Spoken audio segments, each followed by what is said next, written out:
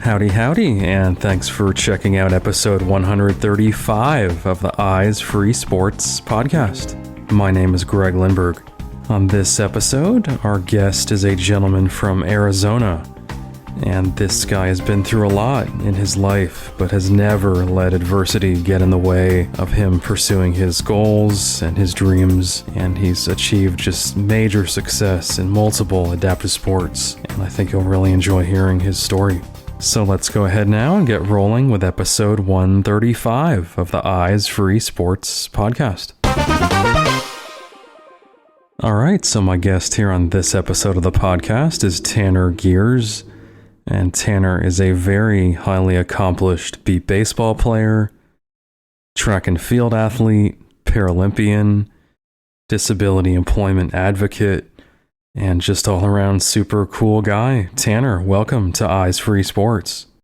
Greg, thank you so much for having me. Super pumped to be here. This is exciting.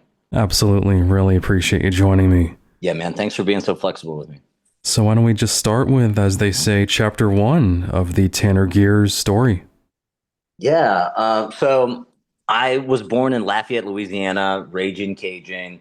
But I'm from everywhere and nowhere in the South at the same time. I just moved so much as a kid. So, in and around a couple different places in Lafayette, Louisiana, Milton, and Karen Crow, and then, over to Mobile, Alabama, Jacksonville, Florida, Orlando, Florida, Anaheim, California, Houston, Texas, and then to Tucson, Arizona. And that was before I finished 8th grade.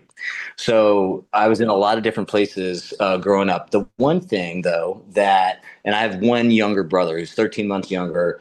So the one thing that really kind of helped us fit in, as it were, always being the new kid, was sports. And I wasn't good in school. Now I know I have a learning disability. I had ADD before there was ever an H, and just like text on a piece of paper, I couldn't understand it. And numbers made sense to me, but on the field, like effort, I could do that. And so sports became a real big part of my identity. And when I was in high school, I got sold. I loved Barry Sanders in the 90s. He was like who I looked up to because he's 5'8", running back, and that was me. Playing Texas football in 7th and 8th grade. I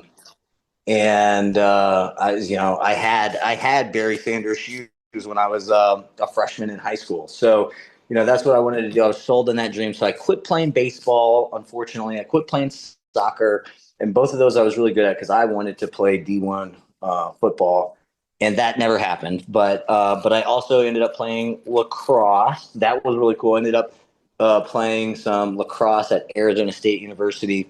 And then back in 2004, I was really influenced by 9/11. I was actually, while I was at ASU, I was in the dorm room when I saw the second tower get hit live. I was really influenced by that. And,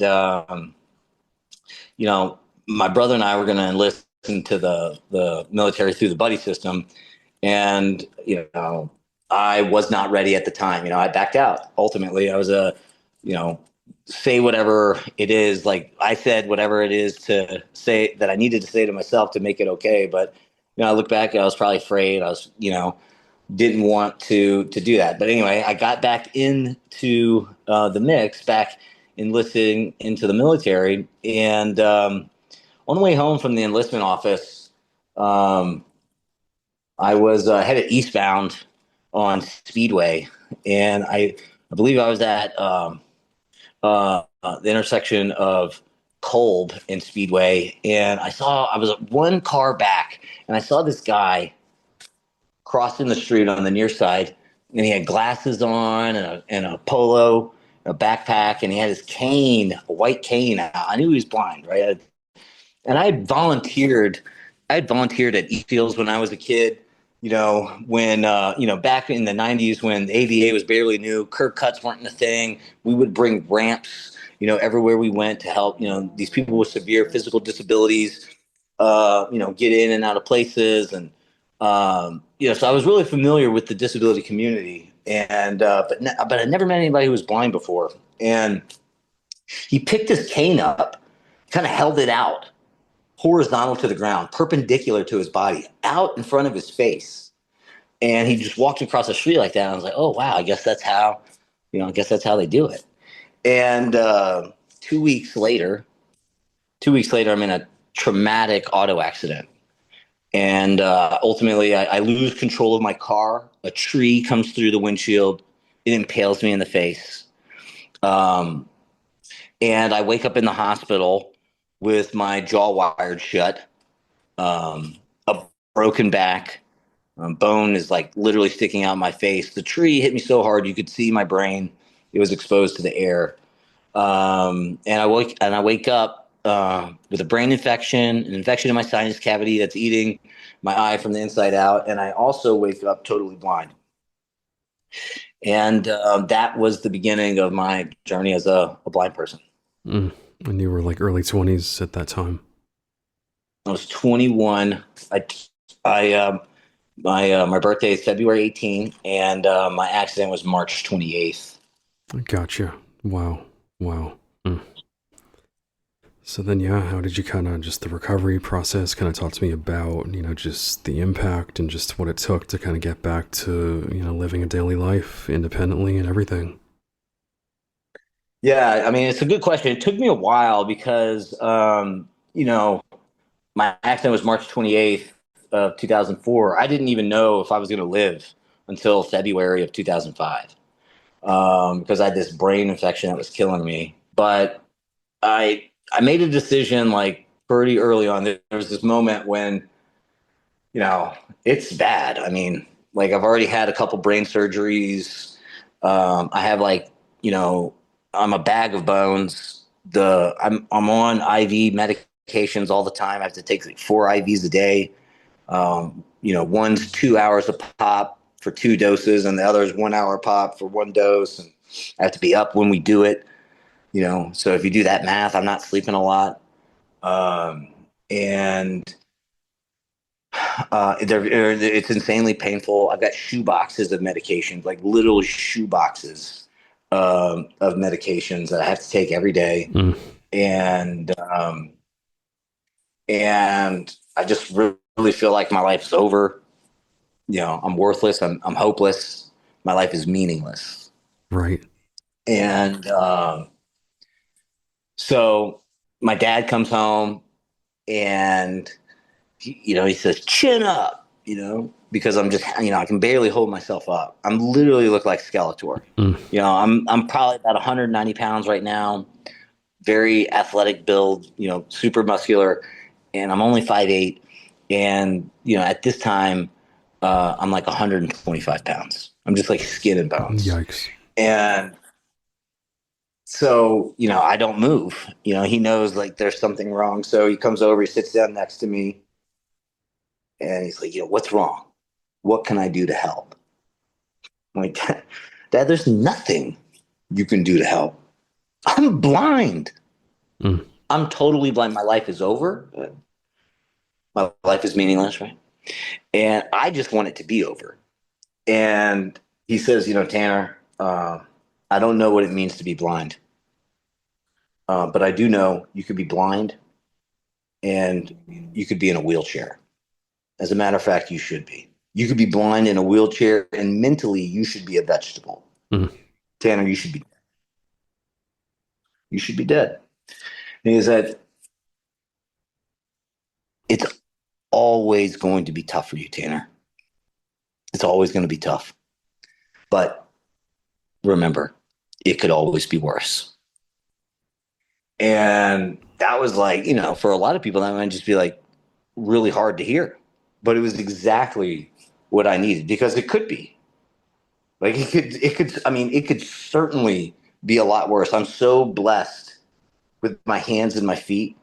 I can walk, I can talk, I can communicate, I can choose to do something with my life. And I really felt I didn't, understand. You don't know what you got until it's gone. Right. I had no clue the privilege, the luxury, the advantages that I wasted for 21 years of my life.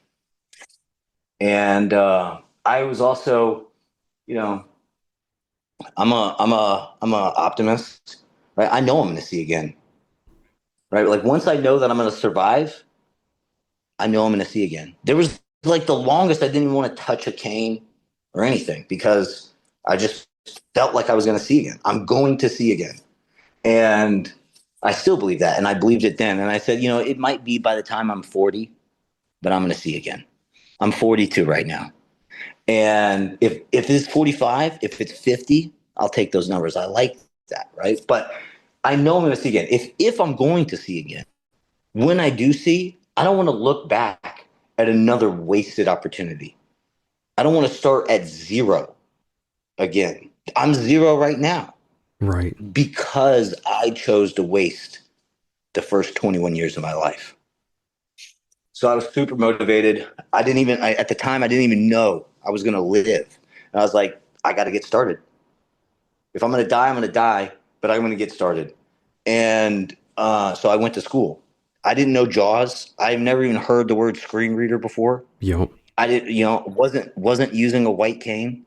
I didn't know how I was going to get there. I didn't know how I was going to take notes. I didn't know how I was going to take a test. I just did it. I had 2 brain surgeries that fall semester.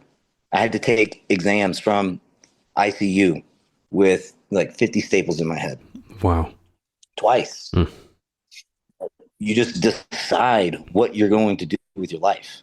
And mentally, psychologically, I'm busying myself.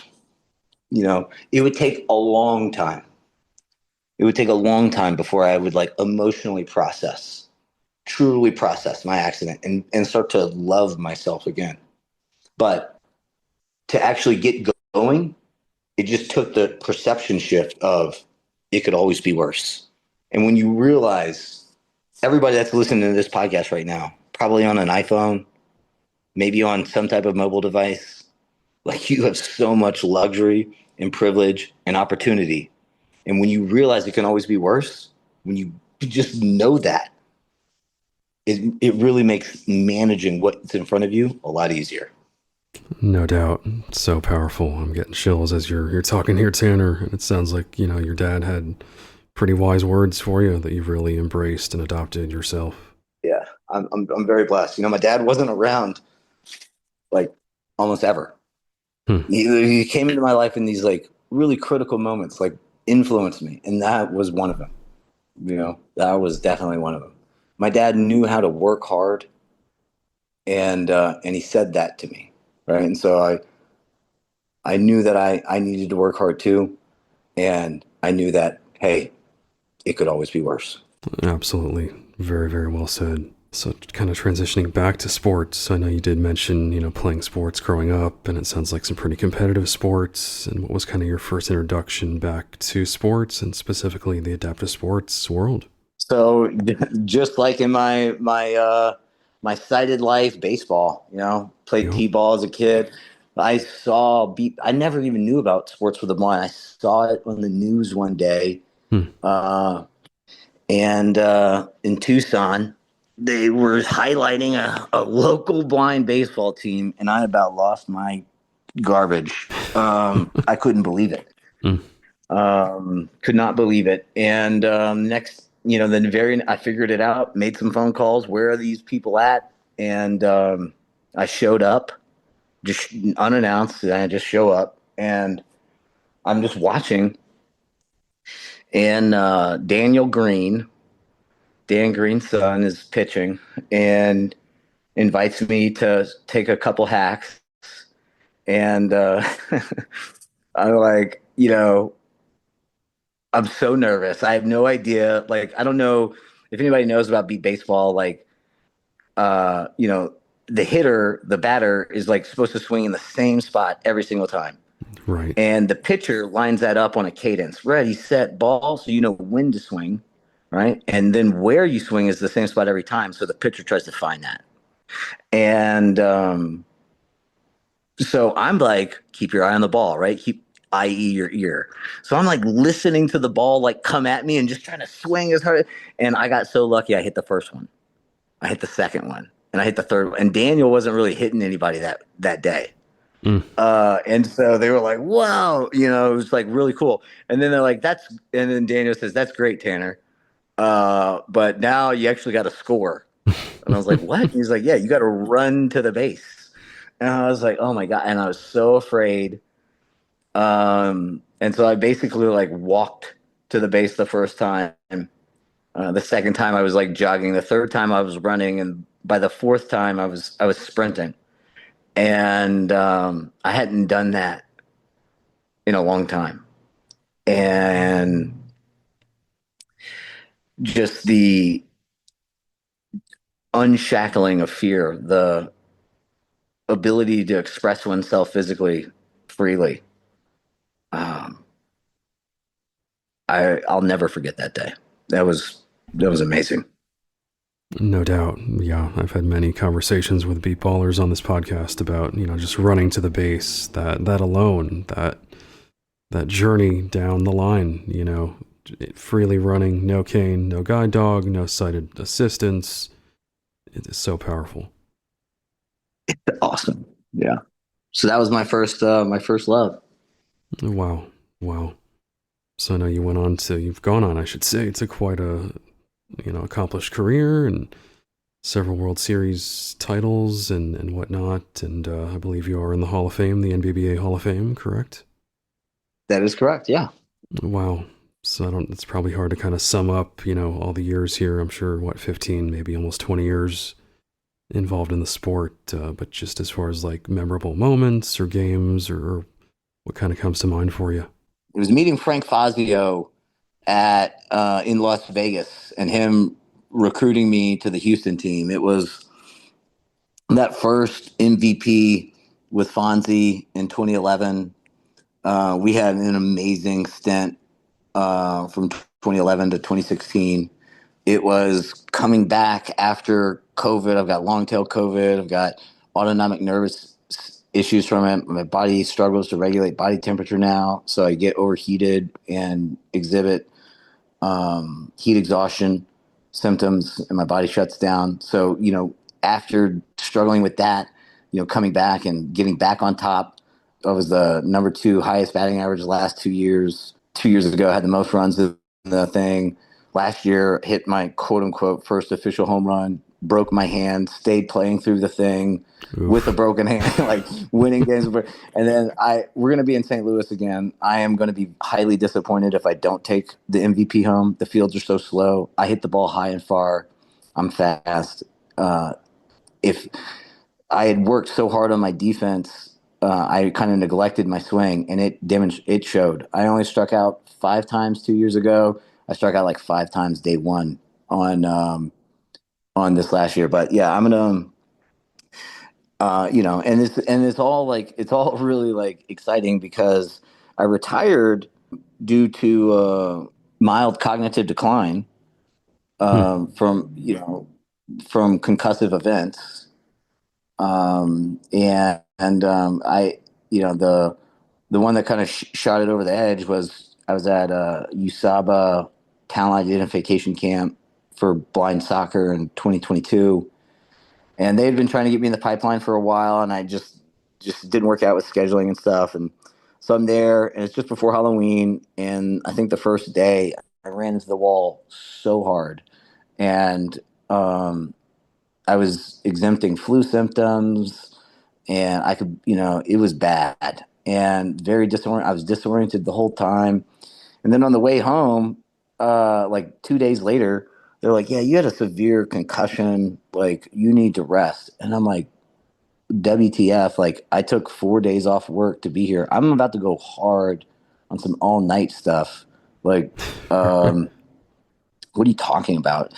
And I didn't know, but yeah, like what I was exhibiting was, it was really disappointing that they did not take me out. They should have taken me out, and I should have been sleeping. Instead, I was like, doing my damnedest to make the U.S. national team. Hmm. And um, about a week later, it's Halloween, and I'm walking down the street with my daughter.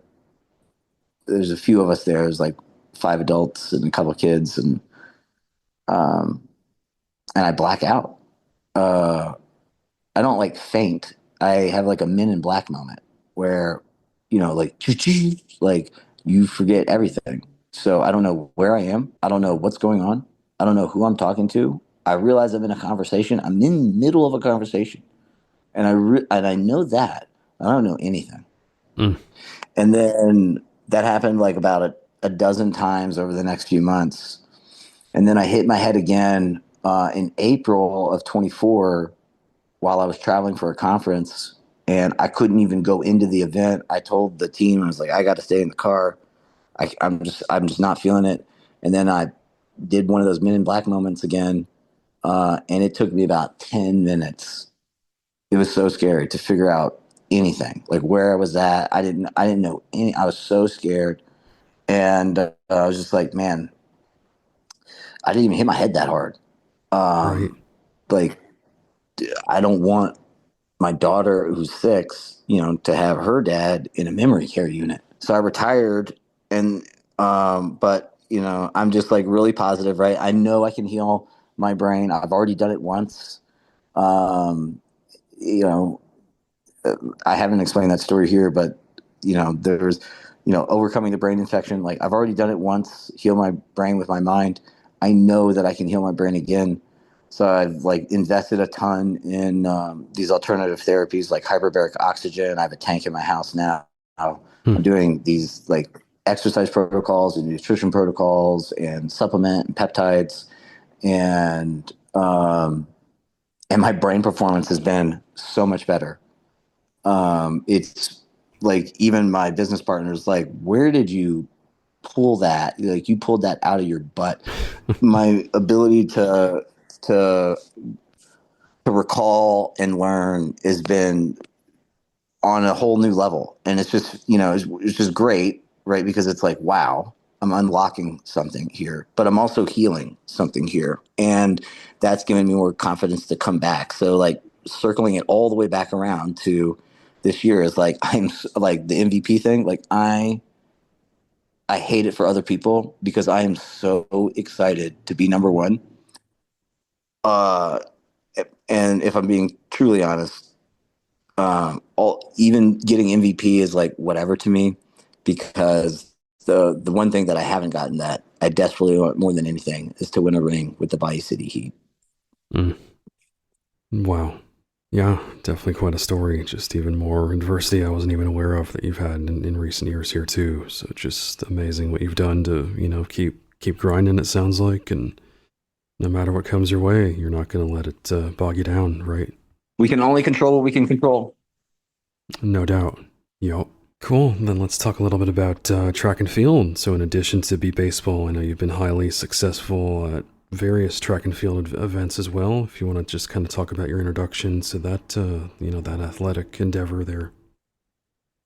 So Dave DeWeese of orientation and mobility instructor, found out about me playing beat baseball, and he's like, "Yeah, you can hit. That's great, but have you ever thought about throwing the javelin?" And I was like, "What? No. Why would And he's like, "Yeah, you could throw the javelin. Have you heard of the Paralympics?" And I was like, "No." And he's like, "Those are like the Olympics, but for people with physical disabilities, not the Special Olympics, but the Paralympics." I had no idea. And he's like, "Yeah." He's like, "The javelin's an event." I was like, "How far do you have to throw the javelin?" He's like, like 60 meters. I was like, "I can throw a football that far." He's like, "You maybe can throw the javelin." And uh, so we started doing that. And then, but it was, I had all my back stuff and my, my other skeletal issues. So I put that down. But when I put that idea down, I was like, holy moly. If they let blind guys throw spears, like what else can we do? So I was like that in that moment, I was like, duh, the sprints. I want to be a 100-meter guy. Like I'm all about the speed. And so I looked and looked and looked. No adaptive track clubs in Tucson, Arizona. I would have to go to Phoenix. So I started taking the bus on Saturday mornings to Phoenix so I could be at the 9 a.m. practice. And it's about a 2-hour trek, Mm. so I got to be at the right Greyhound. So it's like 5 a.m. Greyhound to get there ahead of the 9 a.m. practice. And then, I would take like the 12 or the 1 o'clock Greyhound home. And, it was like 12 hours of effort, 10, 12 hours of effort for 2 hours of work. And it was only one day a week. So I knew I needed to do more. And so I did it. And then fast forward, all this is happening for the timeline. This is like, I find baseball in May of 2008. I'm doing the javelin in early 2010 when I realized that I don't want to do the javelin. The track and field season's already over. So my first opportunity is spring of 2011. And that's when I started going up to Phoenix. So fast forward to May of 2011, May 4th, 2011, Saturday. It's the Desert Challenge Games at Mesa High School. And I'm looking at the times on the 3rd, the night before, and I'm like, I'm not going to make it. I know what the national times are. I know what I need to be, or what my time is, and there's a delta. I'm not there. And so I call my coach, and I'm like, hey, I need you to call me down the long jump runway. And she's like, what? And I'm like, I'm not going to make the 100 time. I need you to call me down the runway. And she's like, why? I was like, it's I think it was like 5.7 meters. Hmm. And I was like, I can jump that. And she's like, no, you can't. I was like, I can jump that. And so she's like, I'll call you. And, so Lex Gillette is there. Yeah. On his first jump, he sets the world record. It was like 6.76 meters. And so he's done, right? I was like, sit down, like, hand me my world record title and I'm done. So he has to go piss for USADA because he set the world record. And Wes Williams, his long jump coach and caller, agrees to call me. So I jump and then I run the 100 and the 2.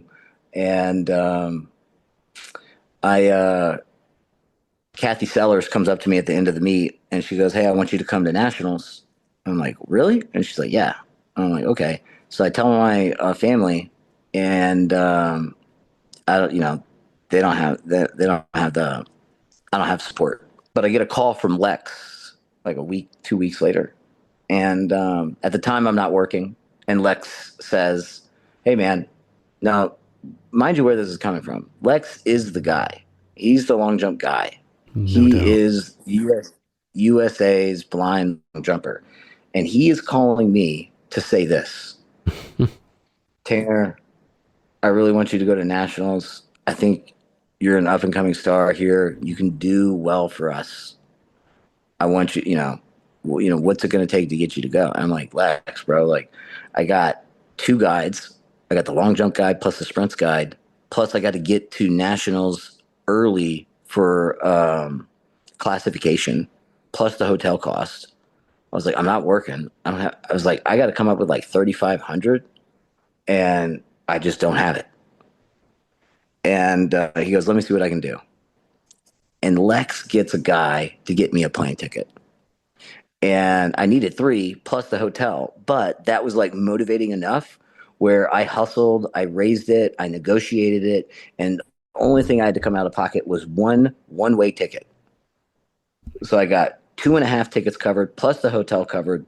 And I show up, and at Nationals in Miramar, Florida, 2011 in June, I hit the national standard. So I make the team. All of a sudden I'm a pro athlete. I'm making money. And I walk across the track and Kathy Sellers introduces me to Tom Southall. He's the jumps coach. She goes, this is how she introduces me. This is the jump coach for the Pan America team. And I'm like, and I don't know diddly doodah. I'm like, oh, okay, great, whoa. And so Tom's like, yeah, and we start talking. And he's like, yeah, so when we go to Mexico, and I was like, what? And he's like, yeah, like that's the pair of pants. We're going to Guadalajara, Mexico. And I'm like, oh my God.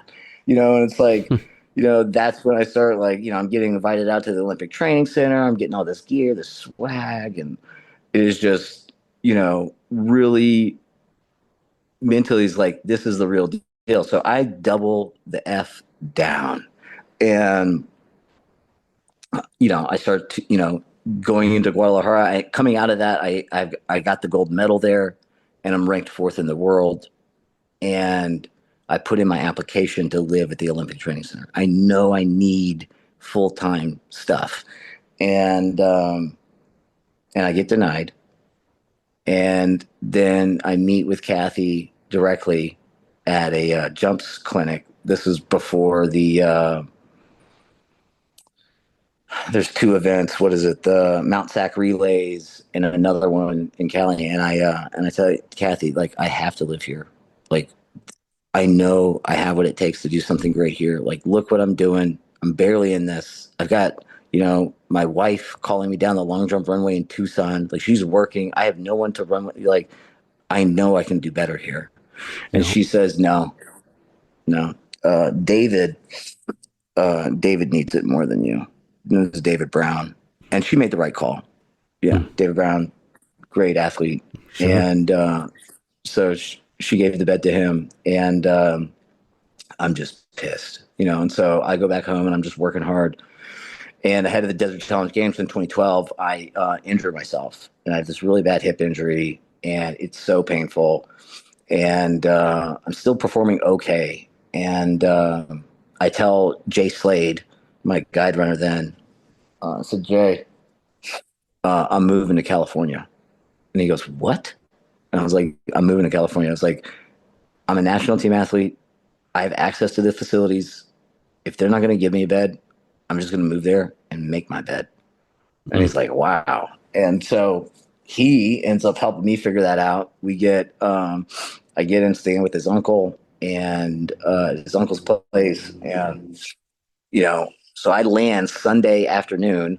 And at the time, building up to London, they've got a jumps meet every Thursday.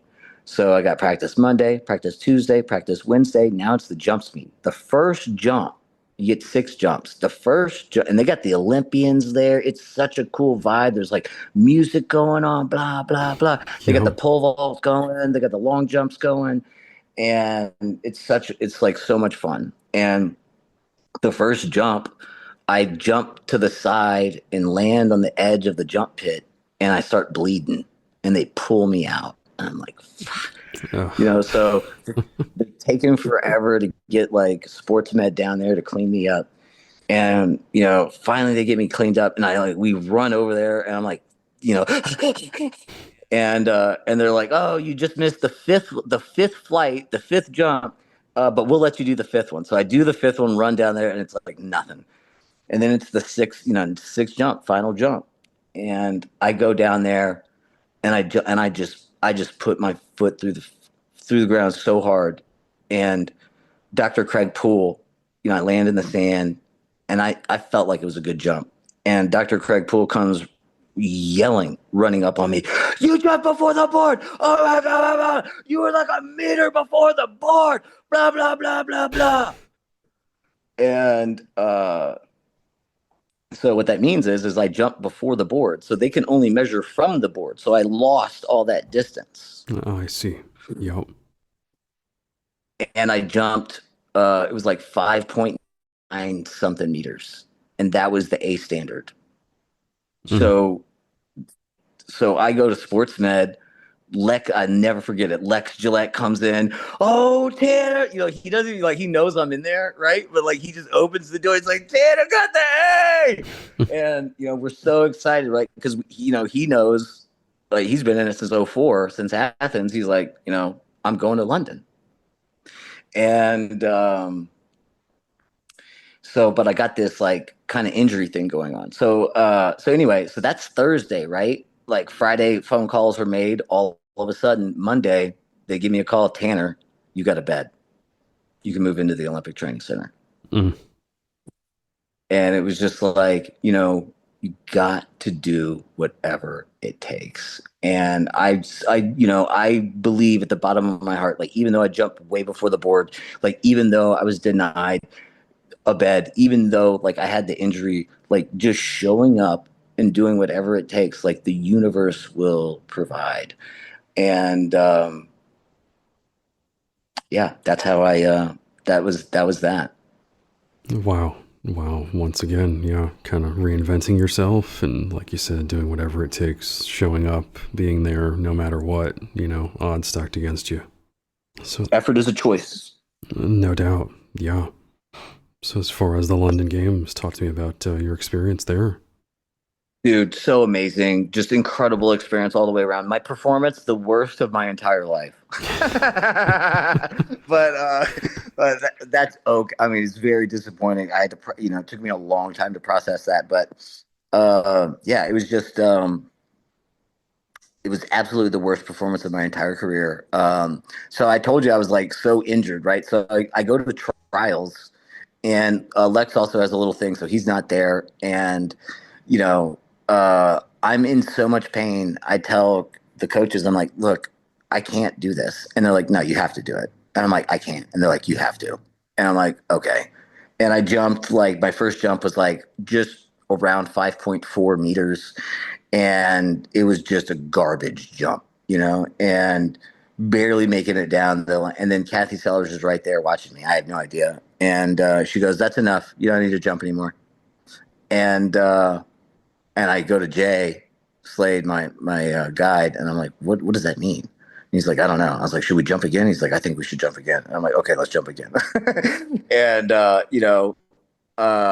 then when then the trials is over, and what they do is they bring all the athletes into a room. It's away from the media, and they announce the team, and they do it in alphabetical order. And you know they announce Josh George, and I'm like, I didn't make it. Yo. And I was like, oh yeah, Tanner, you're an idiot. And O comes before R. So when they said my name, I about pooped myself. Uh, GER, and so I made the team, and that was definitely one of the most exciting times of my life. And when we you show up and you have these, like, I mean, they do so much prep. I mean, it's even better now, but back then I was so grateful to have all of that stuff, even in light of all the true events, which I will say, in my experience, there's a lot of that stuff that you hear about was definitely going on. But I was so grateful to be there, and hearing USA, when we're walking around the track during opening ceremonies, like, being at Jay Z and the God dog, why am I blanking on her name right now?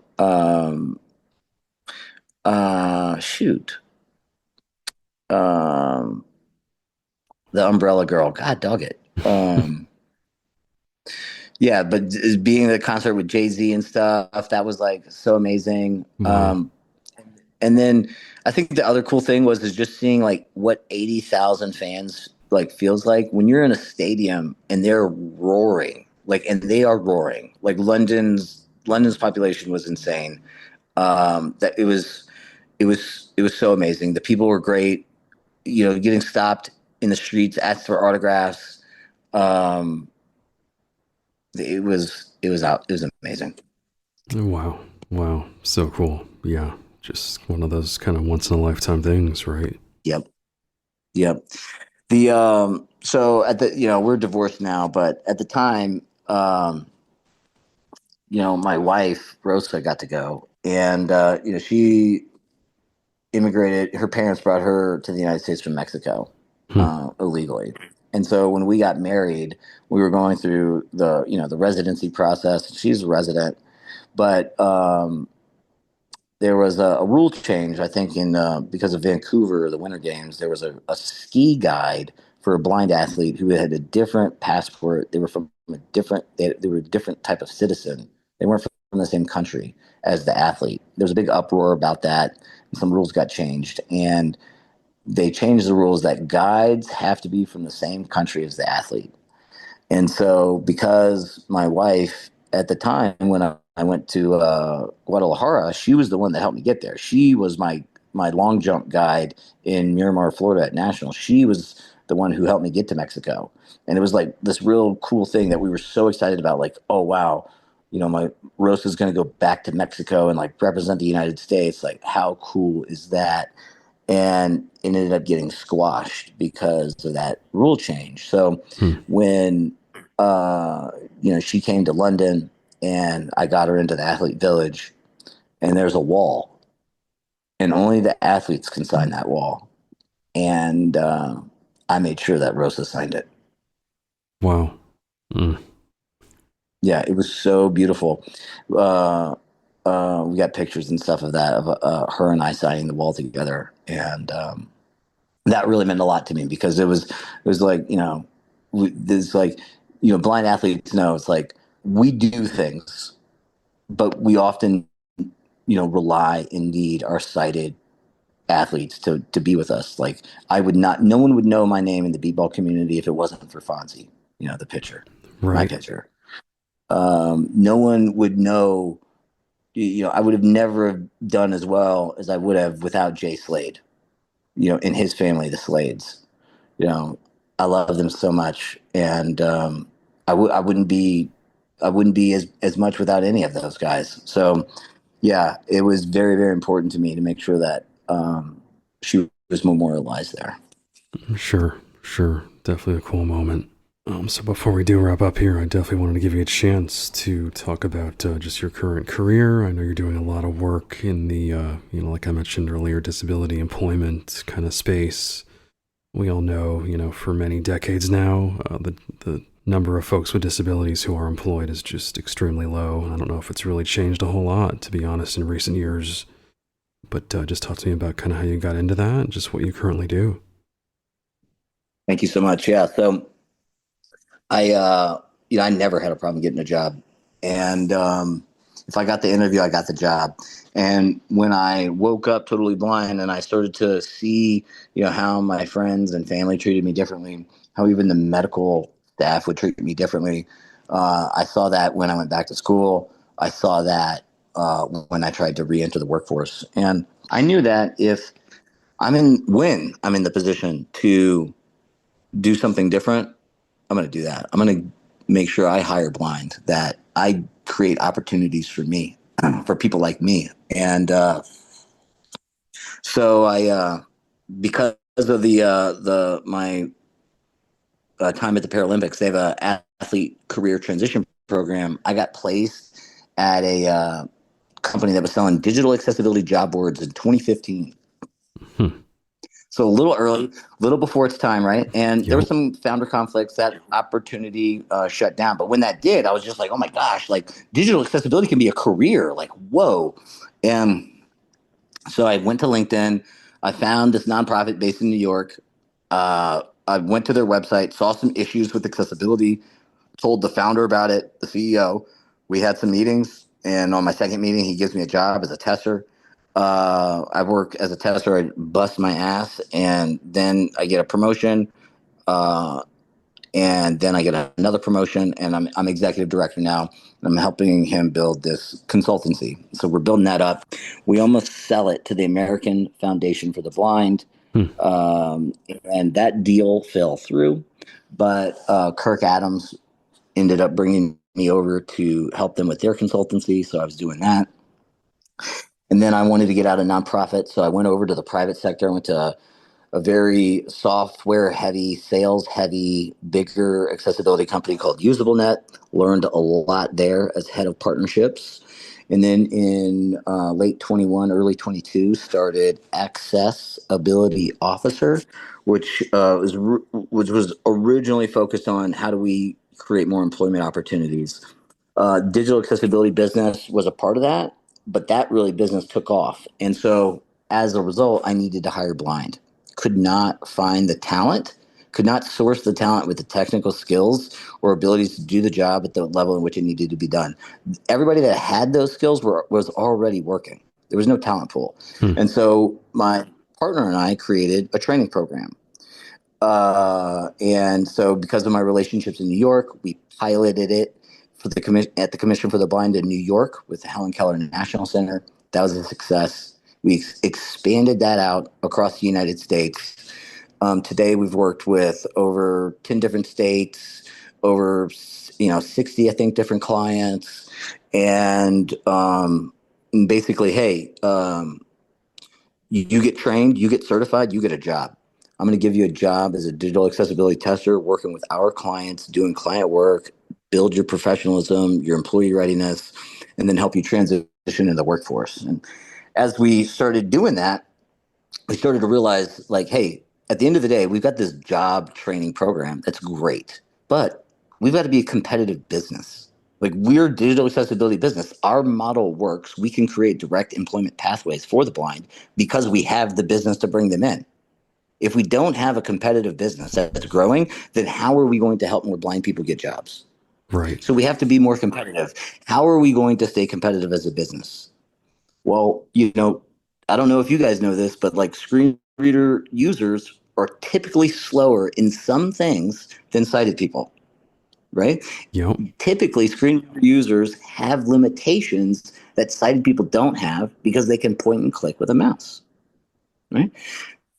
Typically, people who are sighted can use things like two monitors to do things that blind people who are screen reader reliant can't do.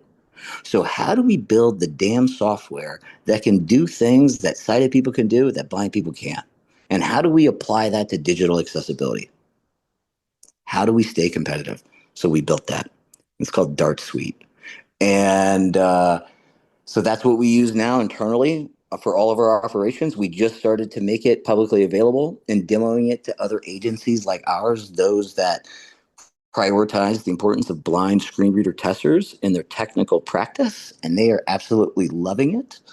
And it's so fulfilling because at the end of the day, all of that means that more blind people are going to get jobs, more blind people are capable of being competitive in the workplace, and that we move one step closer to achieving our organizational vision, which is that the U.S. disabled unemployment rate is the same as the U.S. unemployment rate.